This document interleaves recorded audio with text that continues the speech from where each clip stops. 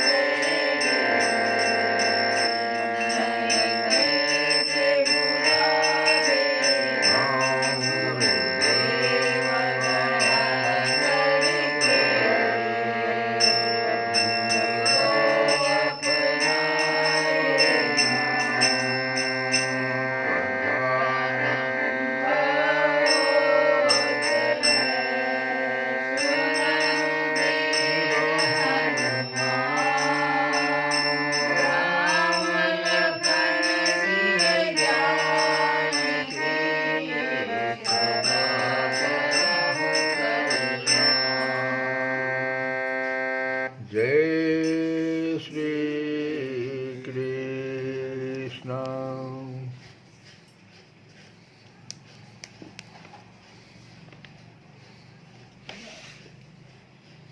हम लोग कथा में सुन रहे हैं कि भगवान अर्जुन से कह रहे हैं, एक बात तो ये कहे कि हे अर्जुन सुनो, चाहे स्त्री हो, चाहे वैश्य हो, शूद्र हो, तथा पाप योनि चांडाल आदि जो कोई भी हो, अगर मेरी शरण ग्रहण करता है तो उसे परम गति ही प्राप्त होती है। दूसरी बात जो भगवान अर्जुन से कहे कि अगर ब्राह्मण है, उसमें तो स्त्री, शूद्र और चांडाल वगैरह की चर्चा किए, लेकिन आगे कहते हैं कि अगर ब्राह्मण है तो कहना ही क्या है। और ब्राह्मण में भी अगर पुण्यशील ब्राह्मण है या राजर्षि कोई है जो मेरा भक्त है और मेरी शरण ग्रहण कर लेता है तो उसको तो परम गति प्राप्त ही होती है। इसीलिए जब इतनी बात है तो तुम जो है अर्जुन सुनो, ये जो मनुष्य शरीर को जो तुम धारण किए हो, यह मनुष्य शरीर कैसा है? सुख रहित है और क्षण भंगुर है। तो तुम इस सुख रहित और क्षण भंगुर मनुष्य शरीर को प्राप्त होकर निरंतर मेरा ही भजन करो। जब इतने लोग मेरे भजन करने से, शरणागति लेने से परम गति को प्राप्त होते हैं तो तुमको क्यों नहीं मिलेगा? क्योंकि तुम तो मेरे परम भक्त हो, शरणागति भी तुम लिए हुए हो। तो किम पुनः ब्राह्मणाः पुण्याः भक्ताः राजर्षयः तथा नित्यम् असुखं लोकम्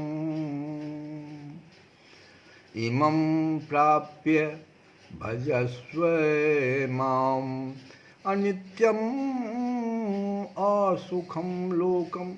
ये शरीर जो मानव शरीर है तुम्हारा, अनित्यम, क्षण भंगुर है, असुखम, सुख रहित है।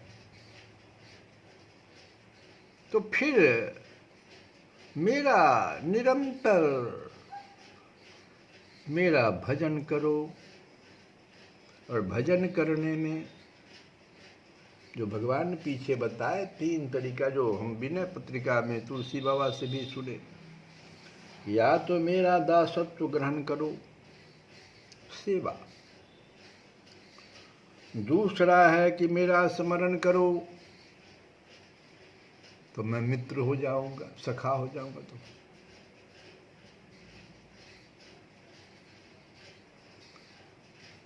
और सबसे हमको जो समझ में आया है अभी तक, सबसे हम लोगों के लिए जो गृहस्थ आश्रम में है, स्मरणम भाव जो है, भगवान जो है, भगवान को सखा अगर बना ले, मित्र बना ले। क्योंकि भगवान कहते हैं कि जो मेरे अभी जो पीछे कहे कि जो मेरा भजन करता है सब कुछ त्याग करके, और जब हम निषाद राज गुह को देखो कैसे भगवान अपना लिए, करत दंडवत देखते ही भरत लिन्ह उड़लाई, मनहु लखन मन सन भेंट भई, प्रेम न हृदय समाई। यज्ञ पत्नी को किस प्रकार से भगवान ने अपना लिया।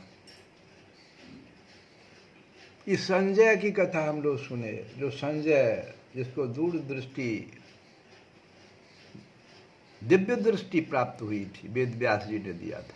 इसको भगवान अपना लिए, क्योंकि संजय साधारण नहीं था, वो बड़ा शांत था, बड़े शिष्ट, ज्ञान विज्ञान संपन्न, सदाचारी, निर्भय, सत्यवादी, जितेंद्रिय, धर्मात्मा, स्पष्टभाषी और श्री कृष्ण के परम भक्त। इतना गुण था संजय में। तब न वेद व्यास जी प्रसन्न होकर के दिव्य दृष्टि दे दिए। और संजय कभी धृतराष्ट्र से अपनी मित्रता नहीं छोड़ा, सच्ची बात धृतराष्ट्र को कहता रहा। कहा धृतराष्ट्र से कि यतः सत्यम यतो धर्मो यतो हीरा हीरार्जवः, यतः ततो भवति गोविंदो यतः कृष्ण ततः जय। जहाँ सत्य है, जहाँ धर्म है, जहाँ ईश्वर विरोधी कार्य में लज्जा है और जहाँ हृदय की सरलता है, वही श्री कृष्ण रहते हैं। और जहाँ श्री कृष्ण रहते हैं वहीं सदा निसंदेह विजय हुआ करता। संजय कह रहा है धृतराष्ट्र, सब कुछ स्पष्ट कहता था, लेकिन धृतराष्ट्र को कभी छोड़ा नहीं। जब धृतराष्ट्र चलने लगे लास्ट अंत में, तो संजय साथ चल दिया था, प्राण त्यागने जब चले थे। इसकी कथा को भी हम लोग सुने। अब आज हम लोग सुनेंगे, क्योंकि ब्राह्मण की चर्चा हुई है न, जो पुण्यशील ब्राह्मण हो, तो इसमें हम लोग महर्षि सुतीक्ष्ण की कथा सुनेंगे। महर्षि सुतीक्ष्ण दंडकारण्य में रहते थे। ये अगस्त्य जी के शिष्य थे और बड़े तपस्वी, तेजस्वी और भक्त थे। इन्होंने दुष्पन्य नामक एक वैश्य का, जो अपने पापों के कारण पिशाच हो गया था, उद्धार किया था। यह स्कंद पुराण में आया है ऐसा। ये भगवान श्री राम जी के अनन्य भक्त थे।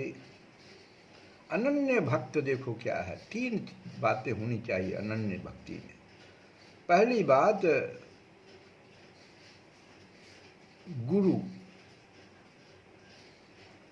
अनन्यता होनी चाहिए गुरु। फिर आपके सिवाय हमारा दूसरा नहीं, जो आपने हमको कह दिया, जो आपने मुझे दे दिया। गुरु क्या देते हैं? गुरु ब्रह्मा, गुरु विष्णु, गुरुदेवो महेश्वर, वो तीनों है।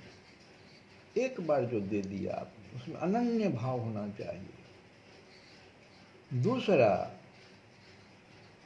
गुरु के द्वारा दिया गया जो वाक्य है, जो मंत्र है, जो उन्होंने हमें जपने के लिए दिया, नाम है। और तीसरा, जो इष्ट बताया उन्होंने। अगर इस 3 में अनन्यता आपकी होगी तो भगवान आपके पास है। अब बड़ा सुंदर उदाहरण है कि कोई व्यक्ति को 10 फीट एक जगह वो जमीन को खोदा, कहा पानी कहाँ मिला, किसी ने उसको बताया कि 10 फीट पर तुमको जमीन के नीचे पानी मिलेगा, इतना ही बताया गया। वो 10 फीट तक गया, पानी नहीं मिला। फिर दूसरा कोई जा रहा था, कहा क्या कर रहे हो, देखिए यहाँ पानी है, थोड़े इस जगह पानी, वहाँ चले जाओ। 10 फीट वहाँ भी कोड़ा, पानी नहीं मिला। और इस तरह से उसको अनेक गुरु मिले, अनेक जगह पर 10-10 फीट पर कोड़ता रहा और पानी नहीं मिला। लेकिन अगर उस गुरु पर, पहले वाले गुरु में जो कहे थे कि जमीन के नीचे पानी है, अगर उसको अनन्यता होती और वो 10 के बदले में वो जो 40-50 फीट उधर, उसी 25 फीट वहीं पर 25-30 फीट पर जाता तो पानी मिल जाता। ये भाव होना चाहिए। यहाँ जो भगवान अनन्यता की बात कर रहे हैं, देखो यहाँ सुतीक्ष्ण जी को राम जी के अनन्य भक्त थे। अगस्त जी ने एक बार बता दिया, गुरु ने बता दिया, मंत्र भी दे दिया। सबके प्रति देखिए, और जितने भी हमारे आचार्य हुए हैं, आप किसी को भी आप घृणा भाव से मत देखिए, सबको प्रणाम कीजिए, लेकिन उदासीन रहिए हर जगह से आप।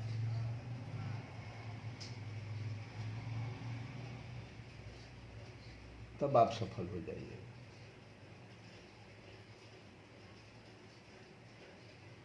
जब इन्होंने सुना कि भगवान श्री रघुनाथ जी जगत जननी श्री जानकी सहित इधर ही पधार रहे हैं, तो इनके आनंद की सीमा न रही। ये भांति भांति के मनोरथ करते हुए सामने चले, प्रेम में बेसुध हो गए। मैं कौन हूँ, कहाँ जा रहा हूँ, यह कौन दिशा है, रास्ता है कि नहीं, सब भूल गए। कभी पीछे घूमकर फिर आगे चलने लगते, कभी प्रभु के गुण गा गा कर नाचने लगते। भगवान श्री रघुनाथ जी पेड़ की आड़ में छिपकर भक्त की प्रेमोन्माद दशा देख रहे थे। मुनि का अत्यंत प्रेम देखकर भवभयहारी भगवान मुनि के हृदय में प्रकट हो गए। हृदय में भगवान के दर्शन पाकर सुतीक्ष्ण जी रास्ते के बीच में ही अचल होकर बैठ गए। हर्ष के मारे उनका शरीर पुलकित हो गया। तब श्री रघुनाथ जी उनके पास आकर उनकी प्रेम दशा देखकर बहुत ही प्रसन्न हुए। श्री रघुनाथ जी ने मुनि को बहुत प्रकार से जगाया, परंतु मुनि नहीं जागे। उन्हें प्रभु के ध्यान का सुख जो प्राप्त हो रहा था। तब श्री राम जी ने अपना वह रूप हृदय से हटा लिया। तब व्याकुल होकर उठ गए। आंखें खोलते ही उन्होंने अपने सामने सीता जी और लक्ष्मण जी सहित श्याम सुंदर सुखधाम श्री राम जी को देखा और तपस्या का फल प्राप्त हो गया। वे धन्य हो गए। तो इस प्रकार से हम देखें कि किस प्रकार ये ब्राह्मण जो है परम तपस्वी भगवान को कैसे परम गति को प्राप्त हुए। अब हम लोग तुलसी बाबा के एक भजन को गाएंगे। हे प्रभु मेरो ही सब दोषु, हे प्रभु मेरो ही सब, हे प्रभु मेरो ही सब दोषु। शील सिंधु कृपालु नाथ अनाथ आरत पोषु। शील सिंधु कृपालु नाथ अनाथ आरत पोषु।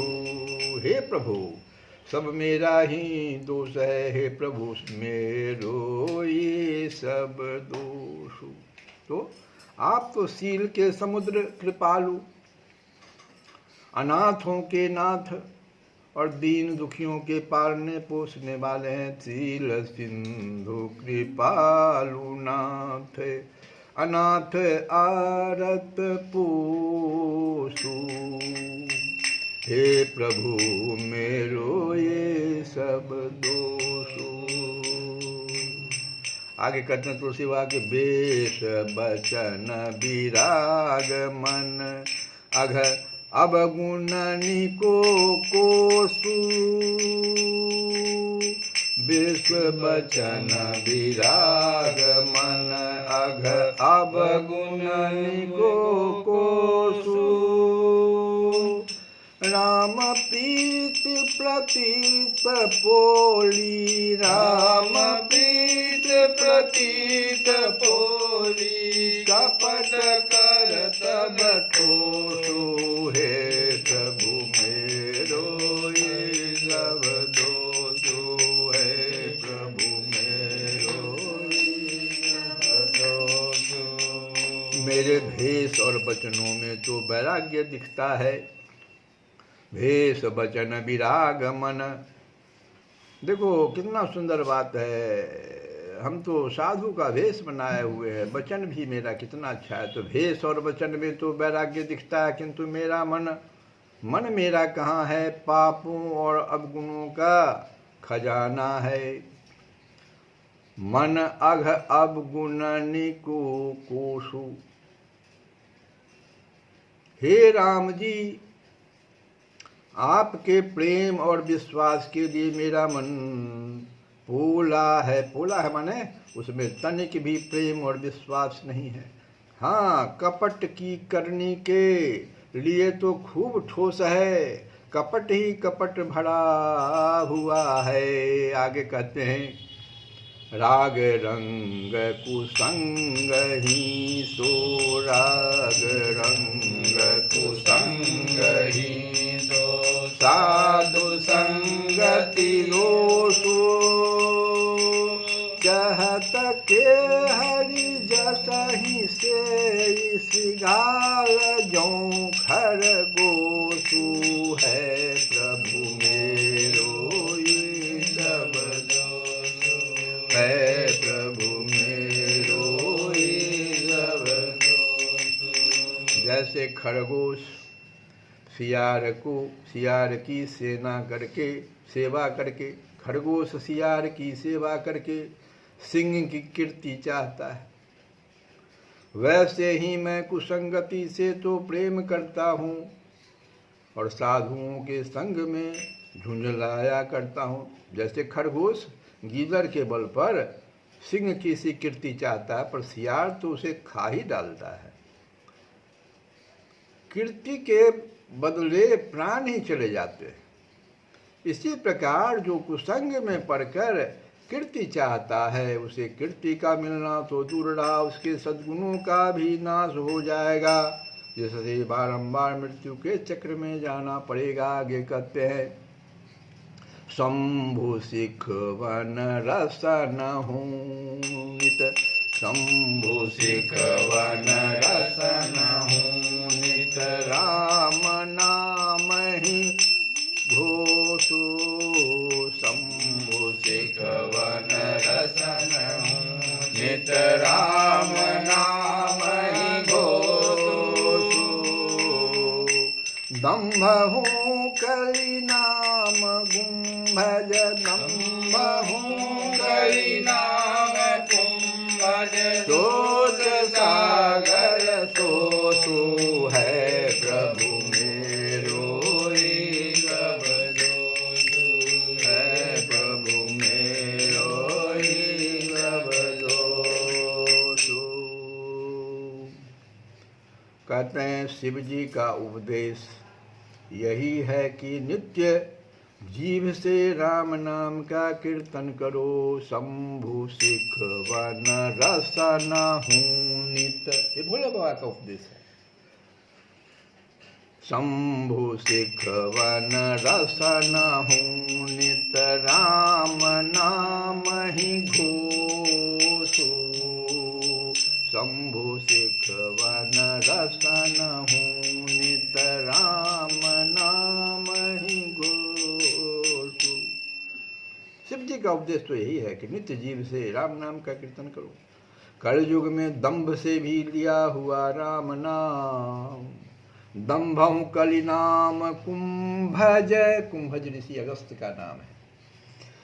तो दंभ में, कलयुग में दंभ से भी लिया हुआ राम नाम अगस्त की तरह दुख सागर को सोख लेता है। दंभ से लिया हुआ नाम भी लोक परलोक दोनों की चिंताओं को दूर कर देता है। यही हुआ दुख सागर को सोख लेना।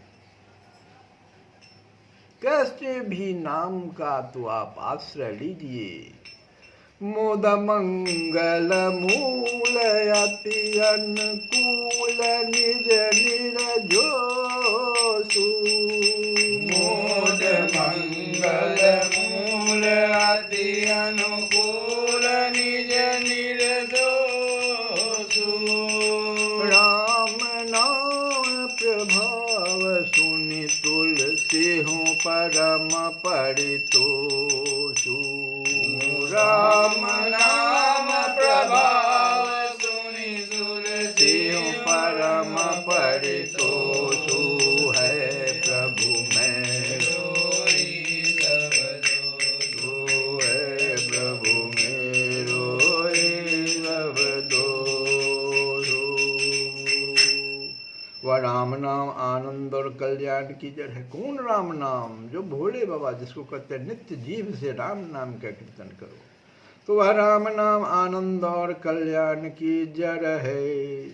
श्री राम नाम अपने लिए ऐसा अत्यंत अनुकूल है कि जिसकी किसी अनुकूलता से तुलना नहीं हो सकती।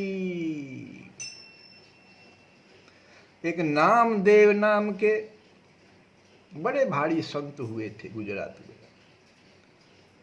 और उन्हीं के पंढरपुर और वहीं पर उन्हीं के गांव में एक बहुत बड़े सेठ थे। उनके मन में विचार आया, उनको कोई अपना ही मंत्री लोग कहा कि आप जो नामदेव जी को आप दान करना है तो उनको न कीजिए। बहुत मुश्किल से उनको बुला तो लिए वो, अब बहुत मनाए तो कहते हैं नामदेव जी कि तुम इतना चाहते हो, हम तो ब्राह्मण भी नहीं हैं, तुम चाहते हो कि दान करना, तो एक काम करो, मेरी बात मानोगे? तो हाँ, एक तुलसी का पत्ता पर राम नाम लिख दिए, क्या एक तराजू के एक पलड़े पर हम इसको रखते हैं, इसके बराबर तुम हमको दान कर दो, हम लेके चले। तो बड़ा हंसा सेठ कि क्या इसमें तो रत्ती भर भी नहीं आएगा। चलिए कहते हैं तो हम डालते हैं। सारा धन डाल दिया दाहिने तरफ तराजू में, नहीं बराबर हुआ। तो फिर बड़ा उदास हो गया। तो कहते हैं नामदेव जी कि तुम्हारे सगे संबंधियां सब देख रहे हैं जी, सबको कहो न डालने के लिए तुम्हारे पक्ष में। सब लोगों ने डाल दिया। अंत में नामदेव जी ने कहा कि एक काम करो, नहीं हो रहा है भारी, तो एक काम करो, तुम आज तक जितना भी दान पुण्य व्रत त्योहार जो कुछ भी तुमने किया, संकल्प करो पहले दाहिने हाथ में, और इस तराजू पर डाल दो दाहिनी तरफ, देखो तो इसके बराबर होता है। नहीं हुआ बराबर। ये नाम की महिमा है। राम नाम का ऐसा प्रभाव सुनकर तुलसी को भी परम संतोष है, क्योंकि यही उसका अवलंबन है। राम नाम प्रभाव सुन तुलसी हूँ परम परितोषु है, प्रभु मेरो ही सब योषु। श्री कृष्ण गोविंद हरे मुरारे, हे नाथ नारायण।